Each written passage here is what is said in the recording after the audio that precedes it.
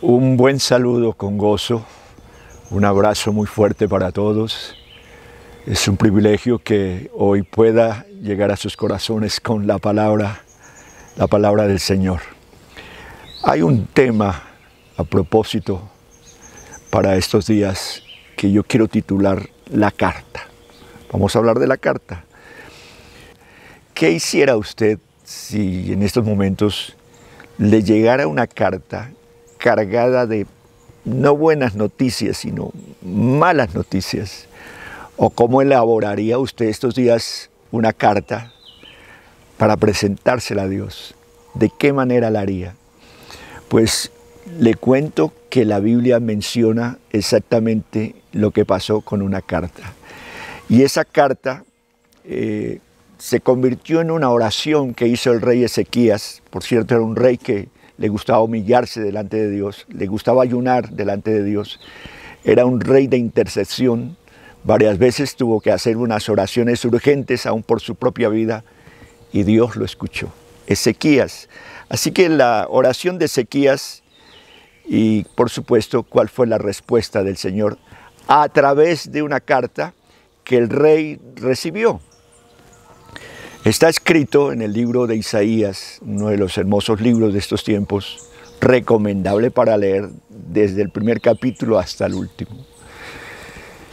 Y dice que después de recibir la carta el rey, de mano de sus mensajeros, y de leerla el rey Ezequías, subió al templo del Señor,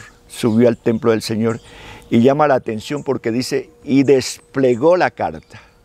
Una vez que la recibe, no la toma y la arruga y la bota al suelo y maldice y no. Qué actitud tan importante cuando recibimos malas noticias. Qué actitud tan importante aún cuando recibimos buenas noticias. Pero aquí el rey es muy sabio y temeroso de Dios y lo primero que hace es correr al templo. Y aquí cabe preguntar, ¿qué es lo primero que usted hace cuando tiene una mala noticia? ¿Qué es lo primero que hace? ¿Se angustia, se lamenta, se dopa? Bueno, ¿qué sucede cuando le llega una mala noticia? El rey fue sabio y me llama la atención la expresión que él hace, la actitud que toma, porque dice el texto sagrado que el rey desplegó la carta ante la presencia del Señor. Ahí la extendió delante del Señor. En esa época no era una carta como ahora, de las cartas que podemos hacer. No, era una carta que venía en pergamino y se abría. Y él la toma, la abre en su pergamino y la despliega delante de la presencia del Señor. Qué cosa más hermosa esto. Saber uno tener resultados espirituales ante las malas noticias, tener esas noticias que llegan a veces, es saberlas conducir al lugar perfecto, y en este caso el lugar perfecto, el lugar exacto es la presencia del Señor. Y dice la Biblia que el rey hizo una oración al Señor, fíjese, un paso importantísimo acá cuando nos llegan malas noticias, la oración. Y la Biblia dice que no hay que tener temor de las malas noticias, dice el salmista, pero aquí la oración es sumamente importante y dice que él dijo, Dios de Israel, tú estás entronizado, tú estás en tu trono. Eso es perfecto, saber dónde está Dios. Él está en tu trono, en su trono. Y dice la Biblia que tenemos entrada libre a ese trono, dice el libro de los Hebreos. Podemos ir a un oportuno socorro en cualquier momento. Así que él entra al trono, le dice, Señor, tú estás entronizado.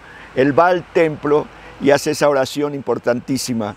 Luego dice, tú estás entre poderosos querubines, solo tú eres Dios de todos los reinos de la tierra, solo tú creaste los cielos de la tierra, solo tú te inclinas, oh Señor, inclínate por favor, escucha, abre tus ojos, Señor, y mira, por favor, escucha. Él es un insistido en que Dios lo escuche, en que Dios se incline y que le escuche la petición, le lea la carta, le reciba la carta al gran rey. Qué interesante, ¿verdad? Cuando podemos pensar que el rey nos recibe nuestro clamor, recibe nuestras cartas. Luego, el rey, ante las palabras desafiantes de Senaquerib contra Dios viviente, que fueron muy fuertes, muy blasfemas, los enemigos de Israel, los enemigos del rey, estaba todo levantado. Eso es lo que está en la carta, lo que él escribe en la carta, cómo los enemigos se están comportando. Y dice, el Señor de los reyes, en este caso, este rey de Asiria quería venir contra ellos y sitiarlos y acabarlos. Ahora, él le dice en su oración a Dios, Dios, todas las naciones fueron arrojadas por los asirios, quemaron sus dioses, destruyeron sus dioses, eran solo ídolos de madera, eran solo ídolos de piedra, formados por manos humanas. Ahora, Señor nuestro Dios, rescátanos de su poder, así todos los reinos de la tierra sabrán que solo tú eres Señor. Interesante, ¿verdad? Saber que quienes nos persiguen son débiles. Quienes nos persiguen no tienen fuerza ante la presencia de un Dios tan grande como el nuestro. No hay poder, absolutamente no hay poder que pueda entonces destruir en ninguna manera a ninguno de los hijos de Dios. ¿Qué contenía la carta? Y es también importante saber eso. ¿Qué era el contenido de esa carta? La carta tenía malas noticias, muy malas noticias. La carta poseía noticias demasiado malas del rey de Asiria, una soberbia impresionante. Él venía con todo, él venía a acabar, él venía a poner miedo en todo lugar donde llegaba. La carta tenía blasfemias contra Dios. Ese rey estaba blasfemando contra Dios. Era un enemigo de Dios, era un enemigo del pueblo. Esas cartas tenían amenazas fuertes. Esas cartas tenían humillación. Eran humillantes. Esas cartas tenían desafíos al pueblo de Dios. Eran cartas, una carta muy, pero muy peligrosa. Ahora, ¿qué hizo el rey con la carta? ¿Qué hizo el rey con la carta? Me parece importante esto. Número uno, corrió al templo. Grábelo bien, corrió al templo. Eso es lo que hay que hacer con las malas noticias, correr a la presencia del Señor, correr al templo. Número dos, desplegó la carta, la abrió ante la presencia del Señor. Número tres, como diciéndole, aquí están mis peticiones, aquí están las oraciones, estas son las amenazas, porque a Dios le gusta que uno acuda a Él y le hable con toda sinceridad, que el corazón se despliegue, que el corazón se abra.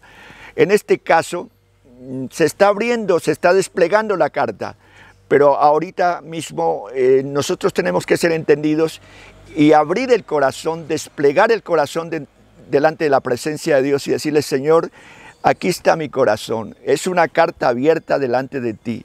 Yo vengo, Señor, esta es mi enfermedad, estas son mis deudas, estas son las amenazas que tengo, estas son las circunstancias que sufrimos con nuestros hijos, esto es lo que me está pasando con mi esposa, con mi esposo, esto es lo que estoy sufriendo en mi interior, mi espiritualidad se está secando, Señor. Presentar la carta del corazón delante de Dios. Esto fue lo que hizo el rey, que me parece muy sabio. En tercer lugar, entraron, escúcheme esto, en ayuno, cilicio y oración. No solamente entró el rey, sino que hasta el que escribió la carta entró en ayuno. Los ancianos, la gente fuerte, entró en ayuno delante de la presencia de Dios. Y aquí vale la pena entender esto. Si yo voy a ayunar, ¿para qué voy a ayunar? Aquí hay un propósito en este ayuno, en esta carta. ¿Cuál es el propósito? ¿Qué está escribiendo usted en su carta para presentarse en ayuno? ¿Cuál es la noticia difícil que está escuchando? Podemos escribir en esa carta, Dios, líbranos de estas pestes que están destruyendo la humanidad. Esa sería una bonita petición y un bonito motivo de ayuno, de buscar la presencia del Señor en ayuno. El ayuno siempre tiene que tener propósito. propósito. Yo recuerdo una de tantas veces que he ayunado delante del Señor, que ha sido de tanta bendición. Pero una vez estuve en un ayuno de 10 días. Solo tomaba agua y leía y me aparté, porque Dios puso en mi corazón que lo hiciera y me aparté. Mi propósito de esa carta que presenté al Señor era un ayuno por Colombia. Colombia estaba pasando en momentos muy difíciles y los peligros que amenazaban la nación eran muy fuertes.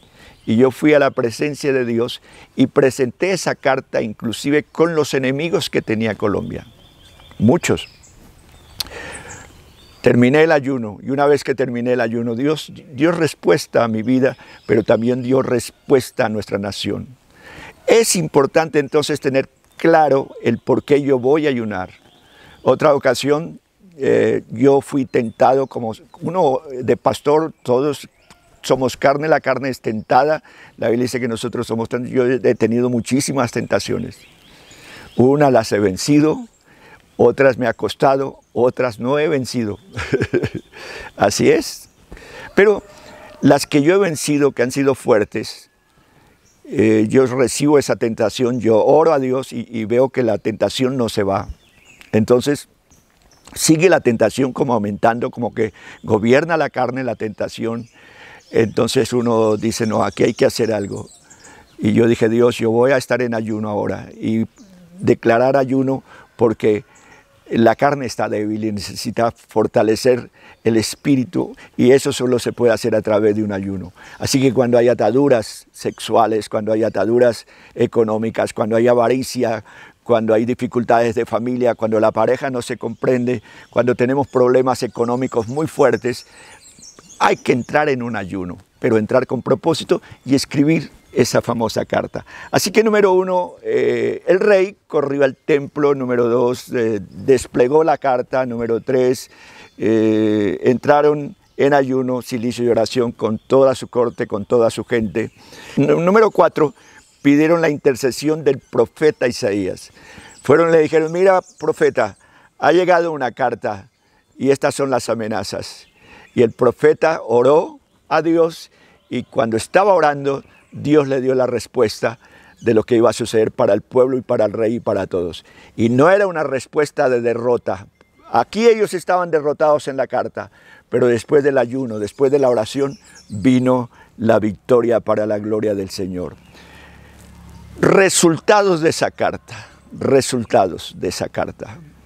Resultados de esa oración, resultados de ese ayuno, resultados de esa intercesión, porque es que debe haber resultados. Si usted va a estar en un ayuno, si usted va a estar en una intercesión, si usted va a estar en una oración, no puede ser mecánico, ni orar simplemente o ayunar simplemente porque hay que hacerlo, no. Usted debe hacerlo porque necesita resultados, necesita resultados.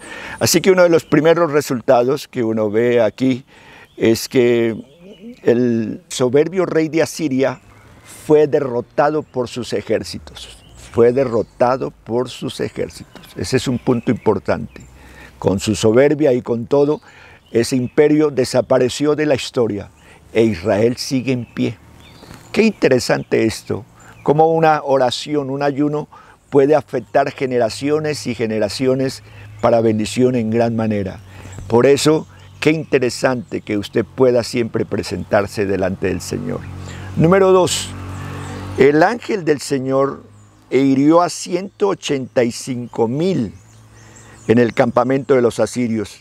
Esa misma noche el ángel del Señor salió y mató a 185,000 soldados en el campamento de los asirios. 185,000 soldados murieron en el campamento de los asirios.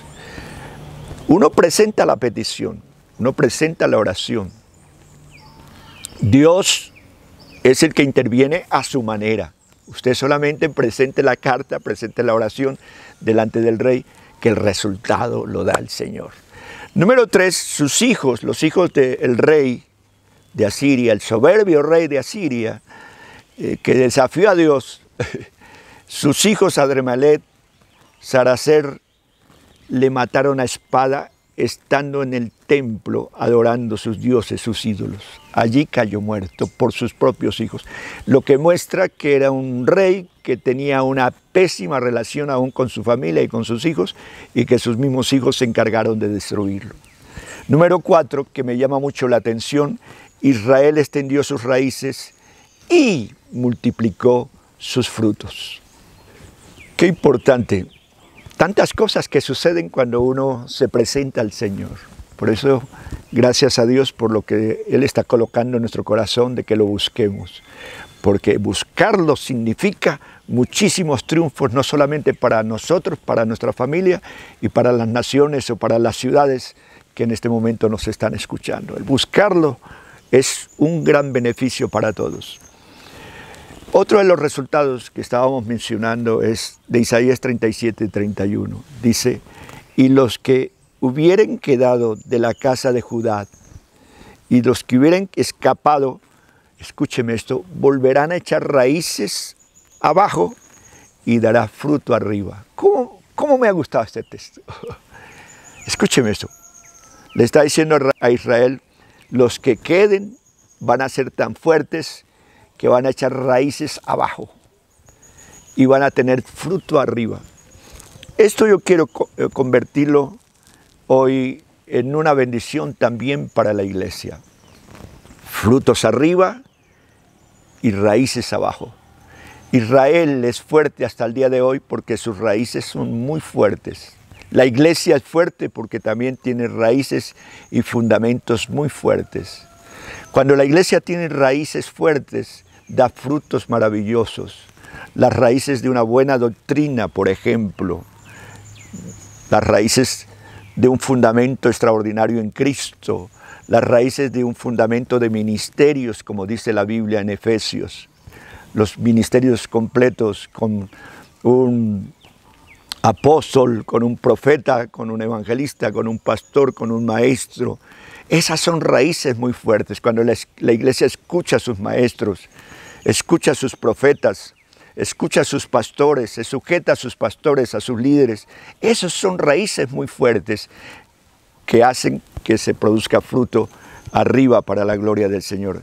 En Hebreos 13:15 hay una escritura que dice: así que ofrezcamos siempre a Dios por medio de Él sacrificio de alabanza, es decir, fruto de labios que confiesen su nombre.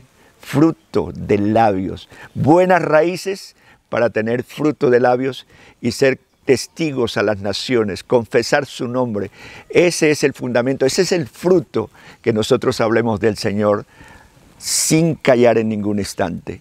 Hay otro texto maravilloso, Romanos 6:22. Mas ahora que habéis sido libertados del pecado y hechos siervos de Dios, tenéis por vuestro fruto la santificación y como fin la vida eterna. El fruto de la santificación. Si hay buenas raíces, la iglesia es santa, la iglesia es pura, la familia es pura, tiene pureza, aún pureza de labios. Todo lo que puede verse de la iglesia es santidad, santificación. Fruto de la santificación y como fin entonces relata que será la vida eterna. Hay un fin. Nosotros estamos viviendo tiempos complejos, pero no es para quedarnos, lo he dicho. Mirando lo complejo como se quedó mirando la esposa de Lot y se quedó mirando la esposa de Jod, las esposas. No es para eso.